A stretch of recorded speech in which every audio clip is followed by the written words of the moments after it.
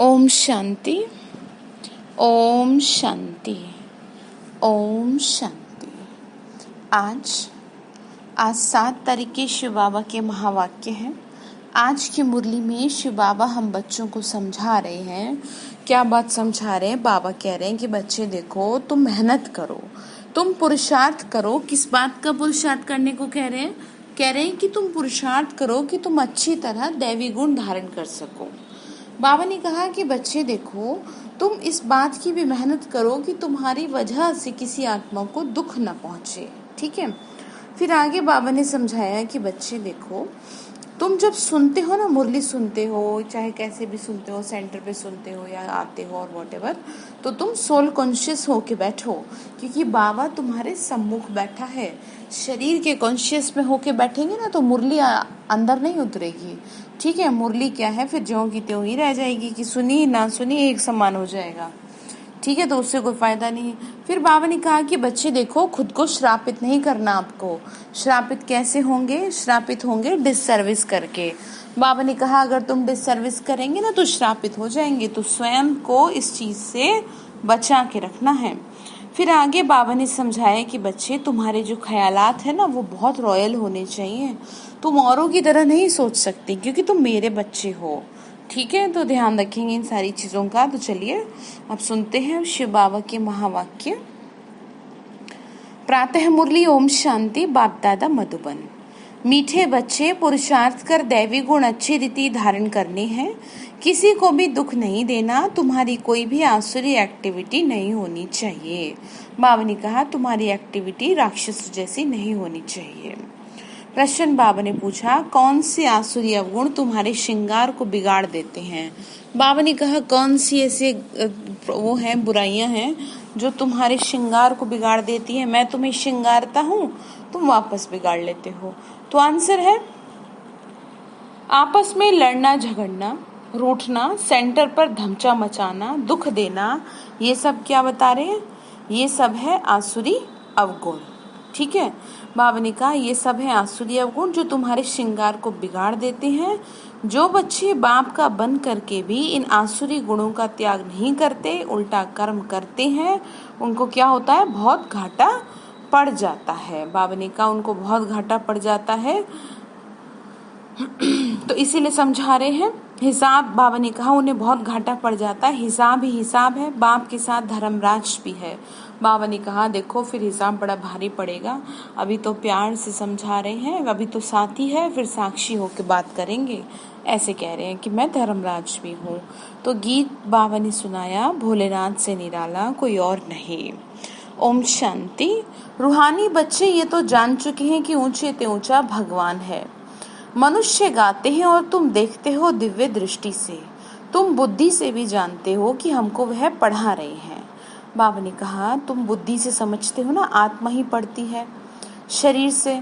सब कुछ आत्मा ही करती है शरीर से। शरीर विनाशी है, जिसको आत्मा धारण कर पाठ बजाती है। आत्मा में ही सारे पाठ की नोंद है। बाबा ने कहा आत्मा में ही क्या है? 84 जन्मों के पाठ की नोंद भरी हुई है। 84 जन्मों की कहानी की इसी में नोंद है। पहले पहले तो अपने को आत्मा समझना है।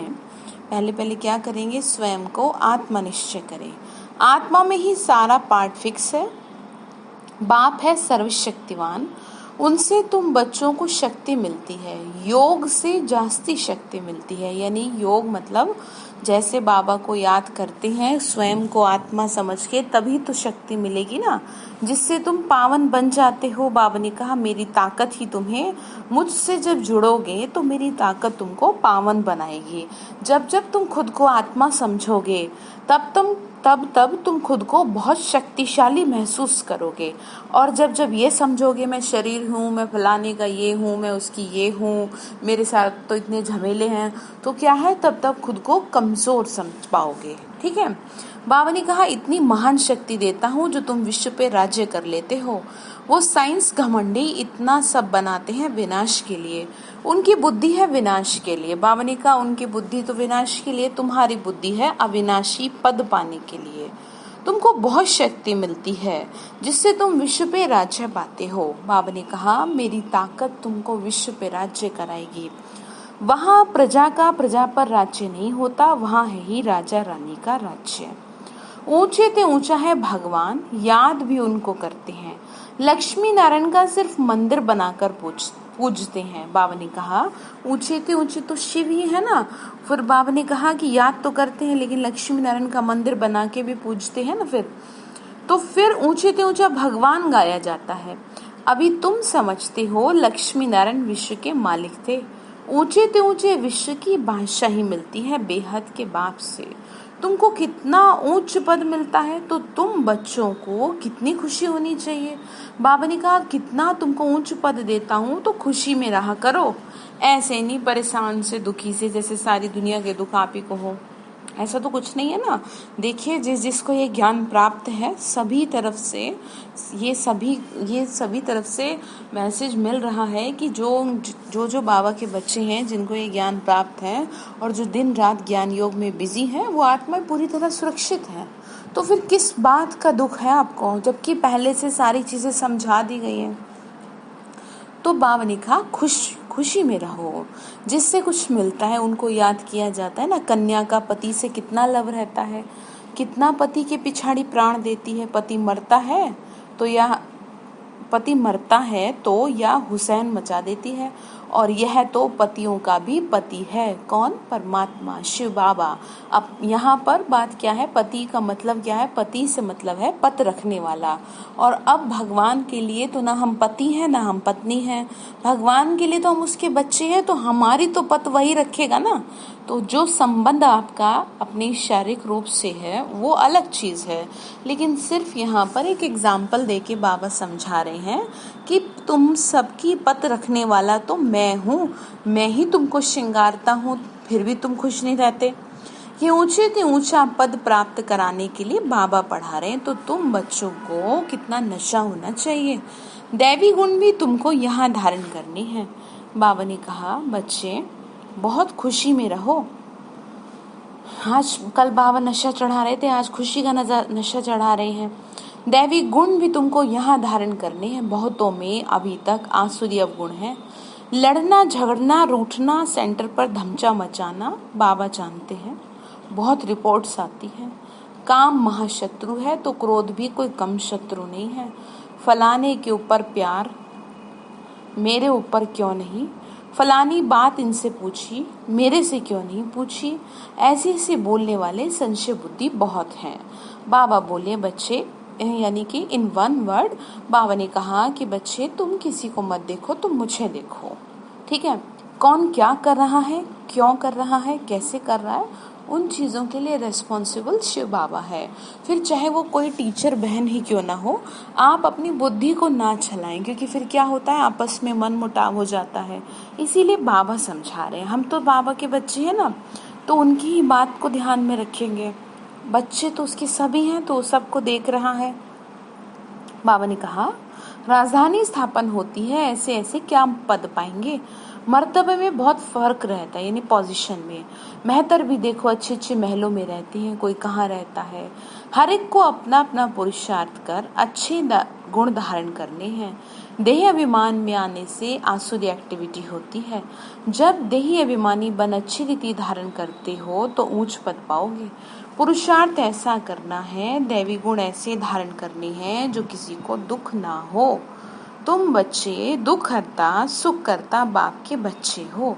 बाबा ने कहा मेहनत ऐसी करो कि तुम्हारी वजह से कोई दुखी ना हो। ठीक है, बाबा ने कहा नहीं तो तुम स्वयं को श्रापित कर लेंगे, फिर बाबा की डिससर्विस ऐसी हरकतों से हो जाएगी। बाबा बोले जो सेंटर संभालते हैं उन पर बहुत रेस्पॉन्सिबिलिटी है। जैसे बाप कहते हैं बच्चे अगर कोई भूल करता है तो 100 गुना दंड पड़ जाता है।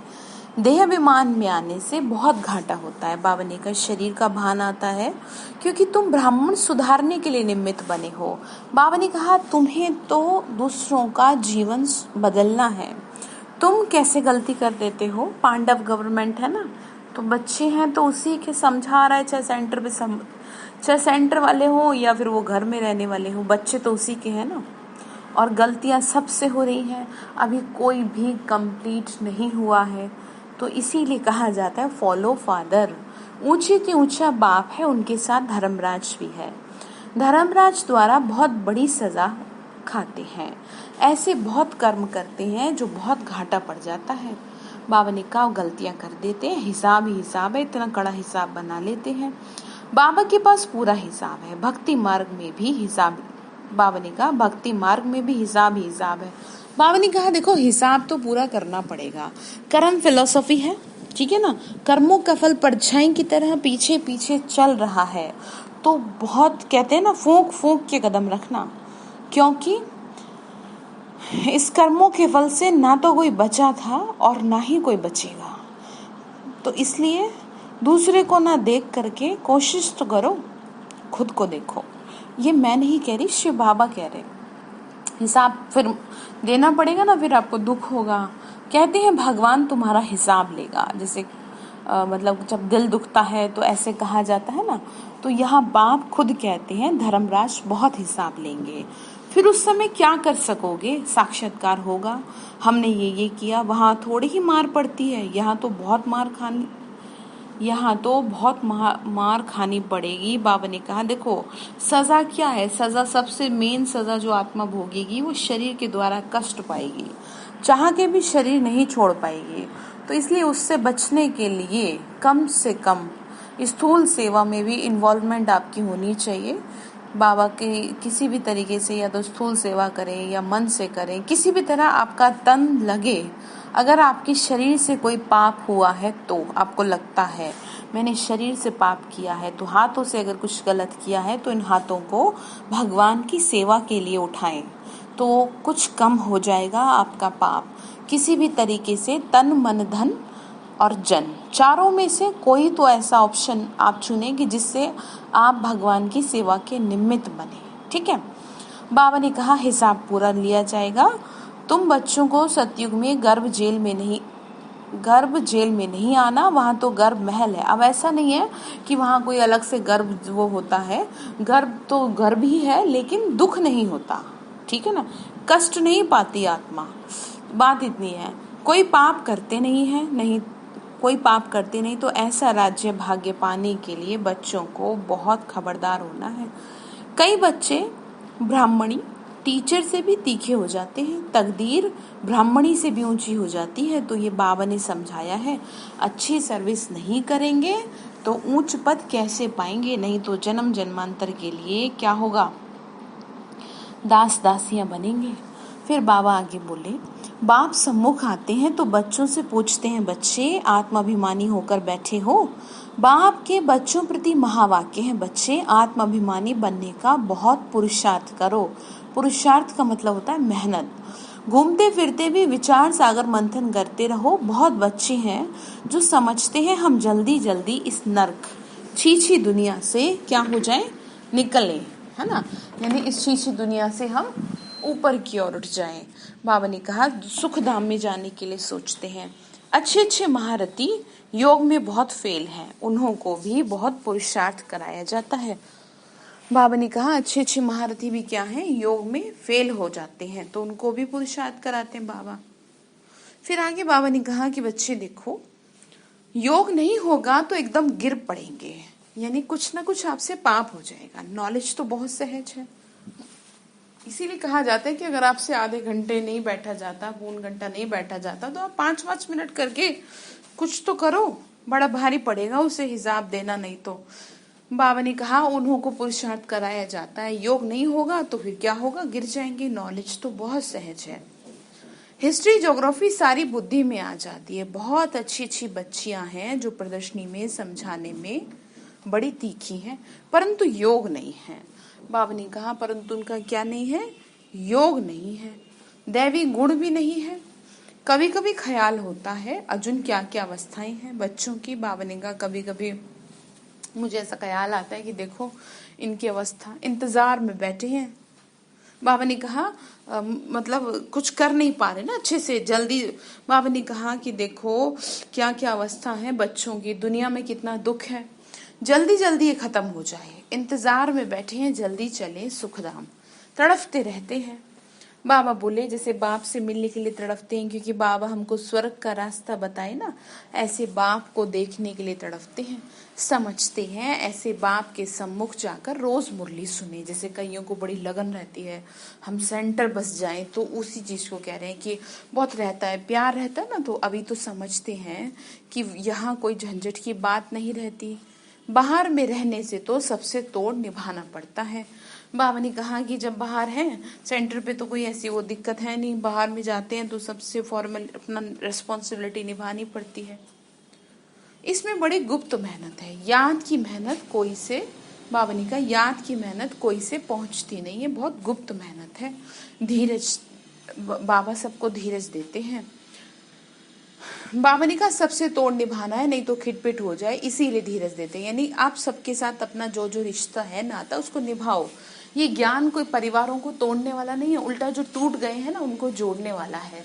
बाबा हम सबको सबके साथ मिलकर के चलने को कहते हैं कि जो जो तुमसे रूठ भी गए हैं ना उनको भी अपना बना लो, उनसे भी प्यार से ट्रीट करो, मेरी वजह से करो। तो बाबा ने कहा इसीलिए सलाह दे रहे हैं कि सबको साथ लेके चलो।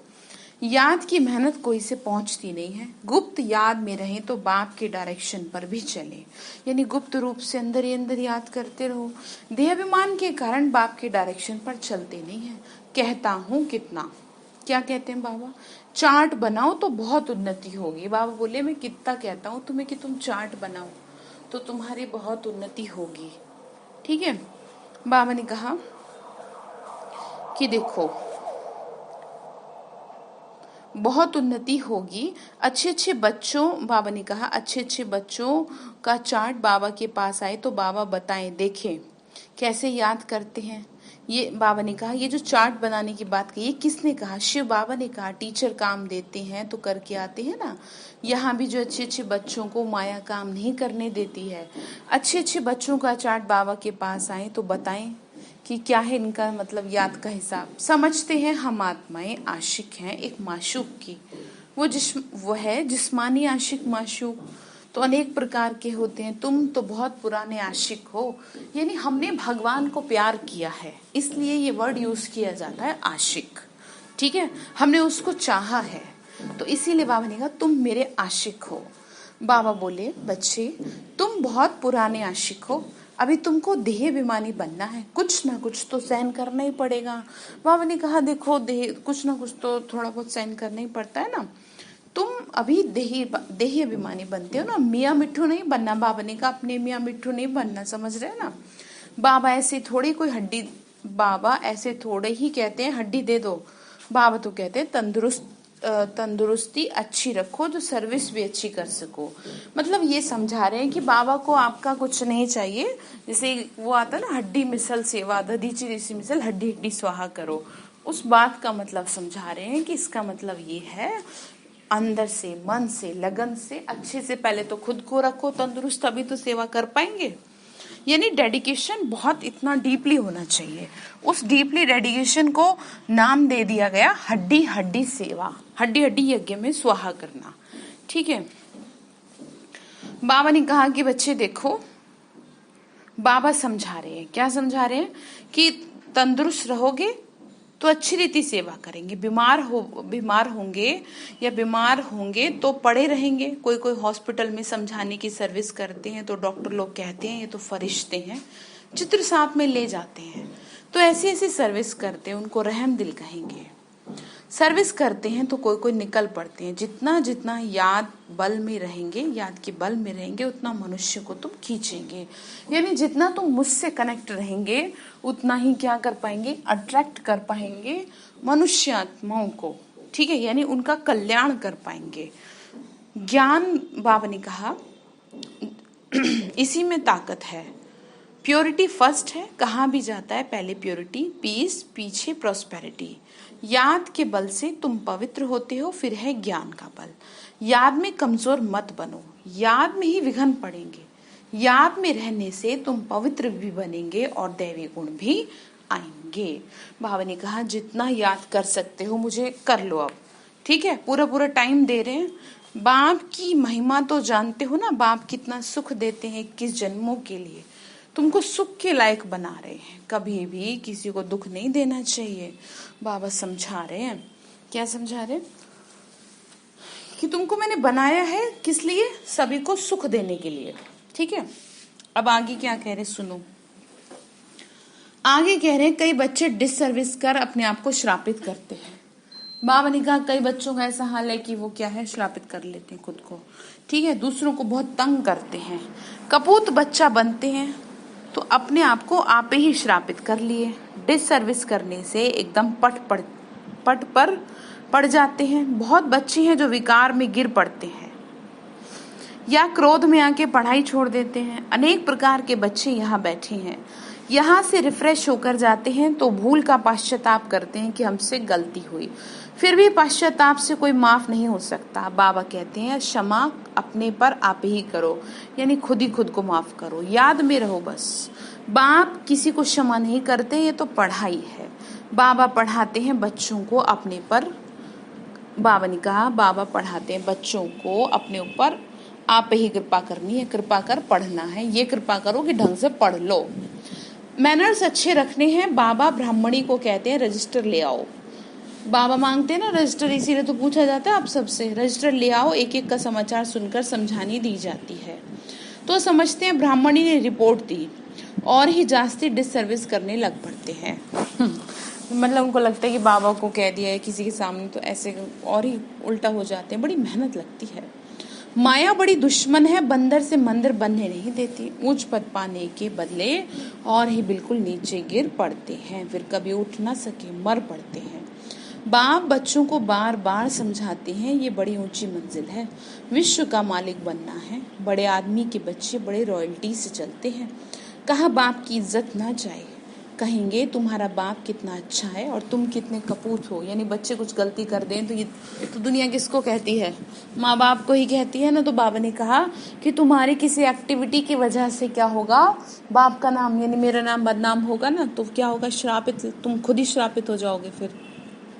इसीलिए कहा जाता है सतगुरु का निंदक ठौर ना पाए, यानी जो भगवान की बदनामी करने के निमित्त बनता है उसको कहीं पर भी जगह नहीं मिलती, वो दर दर की ठोकर खाता है।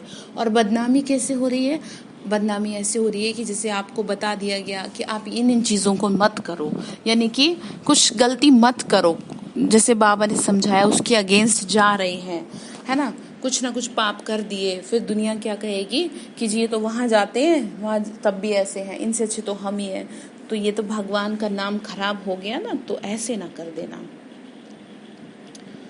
बाबा ने कहा तुम अपने बाप की इज्जत गंवा रहे हो। यहाँ तो हर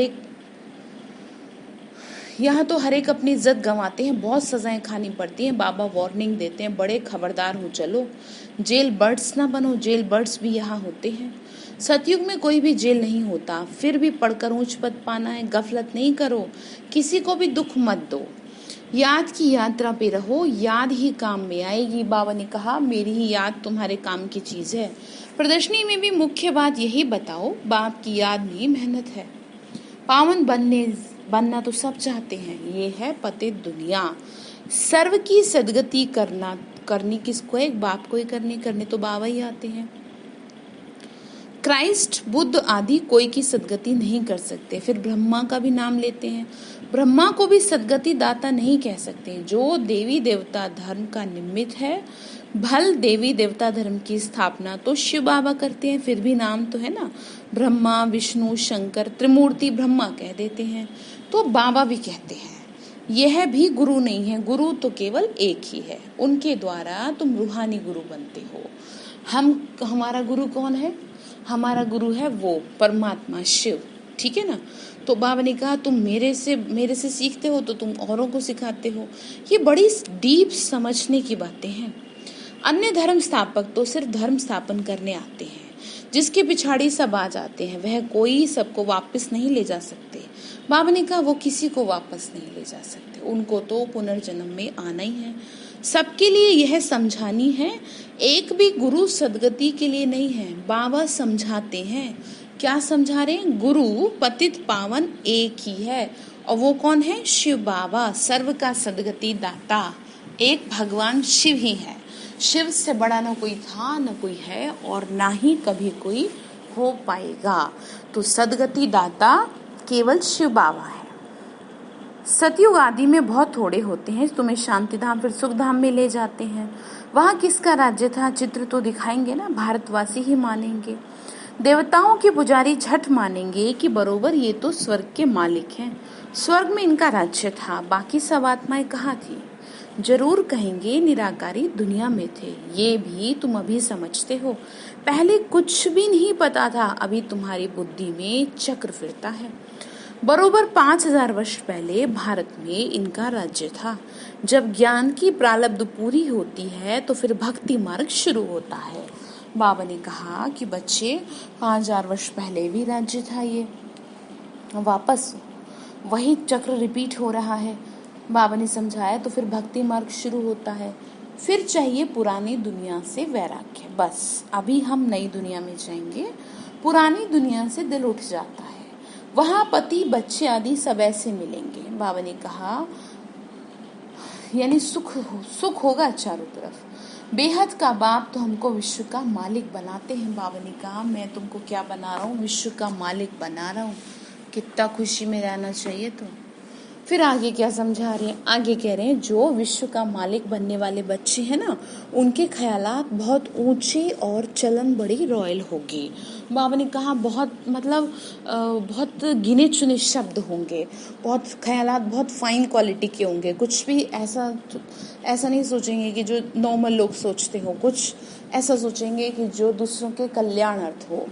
भोजन भी बहुत कम, जास्ती हवच नहीं होनी चाहिए।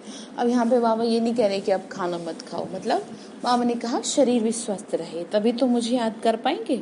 याद में रहने वाले का भोजन भी बहुत सूक्ष्म होगा। बहुतों की खाने में बहुत बुद्धि चली जाती है। तुम बच्चों को तो खुशी होनी चाहिए, किस बात की, कि तुमको क्या बना रहे बाबा, विश्व का मालिक बना रहे, इस बात की खुशी में रहो। ठीक है। कहा जाता है खुशी जैसी खुराक नहीं, ऐसी खुशी में सदैव रहो तो खान पान भी बहुत थोड़ा हो जाए। बहुत खाने से भारी हो जाता है, फिर झुटका दिखाते हैं, यानी नींद आती है ना, फिर ज्यादा वो हो जाता है जब खाना पीना, फिर कहते हैं बाबा नींद आती है। भोजन सदैव एक रस होना चाहिए, ऐसे नहीं कि अच्छा भोजन है तो बहुत खाना चाहिए। बाबा ने कहा मतलब आप ना बहुत इसको कहेंगे कि आपके जो जीवन है ना बहुत सदा हुआ हो, बहुत लिमिटेड हो। ऐसे नहीं जैसे जो मन में आया वो खाया, या कभी इतना खा लिया कभी खाया ही नहीं, कभी बहुत सो गए कभी सोए नहीं। आपका जो जीवन है बहुत ही सदा हुआ होना चाहिए, यानी बहुत ऐसा होना चाहिए कि बहुत रूटीन से बहुत मेंटेन रखना चाहिए आपको अपनी लाइफ को। ये समझाना चाह रहे हैं शिव बाबा। ठीक है, तो ध्यान रखिएगा। अच्छा, मीठे मीठे सिक्की लदे बच्चों प्रति माता पिता बाप दादा का याद प्यार और गुड मॉर्निंग। रूहानी बाप की रूहानी बच्चों को नमस्ते। रूहानी हम बच्चों की रूहानी माता पिता बाप दादा को नमस्ते नमस्ते नमस्ते। शिव बाबा नमस्ते। शुक्रिया बाबा, शुक्रिया बाबा, शुक्रिया। धारणा के लिए मुख्य सार है, हम दुख हरता सुख करता बाप के बच्चे हैं। किसके बच्चे हो? जो दूसरों का दुख हर रहा है, सुख देने वाले के। हमें किसी को भी दुख नहीं देना, डिससर्विस कर अपने आप को श्रापित नहीं करना। ठीक है। दूसरा पॉइंट है अपने ख्यालात बड़े ऊंची और रॉयल रखना, रहमदिल बन, सर्विस पर हमेशा तत्पर रहना। ठीक है। खाने पीने की हवच लालच को छोड़ देना, वरदान दे रहे हैं शिव बाबा। ड्रामा की नॉलेज से अचल स्थिति बनाने वाले प्रकृति व मायाजीत भव। ड्रामा की नॉलेज से अचल स्थिति, अचल अडोल, अंगद की तरह एक बार पैर रख दिया तो कोई हिला ना सके। अचल स्थिति बनाने वाले प्रकृति व मायाजीत भव। प्रकृति व माया द्वारा कैसा भी पेपर आए, लेकिन जरा भी हलचल ना हो, यह क्या, यह क्यों, ये क्वेश्चन भी उठा, जरा भी कोई समस्या वार करने वाली बन गई तो फेल हो जाएंगे। इसीलिए कुछ भी हो जाए लेकिन अंदर से आवाज निकले, वाह मीठा बाबा वाह, वाह ड्रामा वाह। ये नहीं हाय राम ये क्या हो गया, हे भगवान ये क्या हो गया। अपने शब्दों को बदलेंगे, क्या कहेंगे, वाह मीठा बाबा वाह, वाह ड्रामा वाह। ठीक है, क्योंकि सब कुछ तो पता ही है आपको, बाबा सारी एक एक चीज बता रहे हैं, वर्ड टू वर्ड समझा रहे हैं। अब ये सिचुएशन क्रिएट होगी, अब ये होगा, आपको एग्जाम भी बता दिए, 2 पेपर बताए मुख्य रूप से, वो भी आपको बता दिए, फिर भी नहीं पढ़ेंगे तो क्या करेंगे फिर? बाबा समझा रहे हैं, ठीक है, तो ध्यान रखिएगा। कह रहे हैं कि देखो, इसीलिए कुछ भी हो जाए लेकिन अंदर से आवाज निकले, वाह मीठा बाबा वाह, वाह ड्रामा वाह, हाय ये क्या हुआ, यह संकल्प भी ना आए, ऐसी स्थिति हो जो कोई भी संकल्प में हलचल ना हो, सदा अचल अडोल स्थिति रहे, तब प्रकृति जीत व माया जीत का वरदान प्राप्त होगा। क्या कह रहे हैं? कह रहे हमेशा कैसी स्थिति रहे? अचल अडोल स्थिति रहे, तब प्रकृति जीत व माया जीत का वरदान प्राप्त होगा। स्लोगन है, खुशखबरी सुनाकर खुशी दिलाना यही सबसे श्रेष्ठ कर्तव्य है। खुशखबरी कौन से सुनाएंगे? जिसको ढूंढ रही है सारी दुनिया, वो क्या है? आ चुका है, उससे जितना ले सकते हैं आप ले लीजिए, वो आपका पिता है। बस इतनी सी तो बात है, किसी को भी समझा सकते हैं। ठीक है, तो आज की मुरली में जो बाबा ने होमवर्क दिया है वो क्या दिया है? वो ये दिया है कि बच्चे देखो, तुम्हारी एक्टिविटी कैसी होनी चाहिए, बहुत रॉयल होनी चाहिए। तो आप खुद को चेक कर लेना कि मेरी ऐसी कोई एक्टिविटी तो नहीं है कि जो मैं कोई गड़बड़ कर रही हूँ या कर रहा हूँ, जो मैं खुद को श्रापित ना कर लूँ। ठीक है, ध्यान रखेंगे। चलिए, ओके, ओम शांति।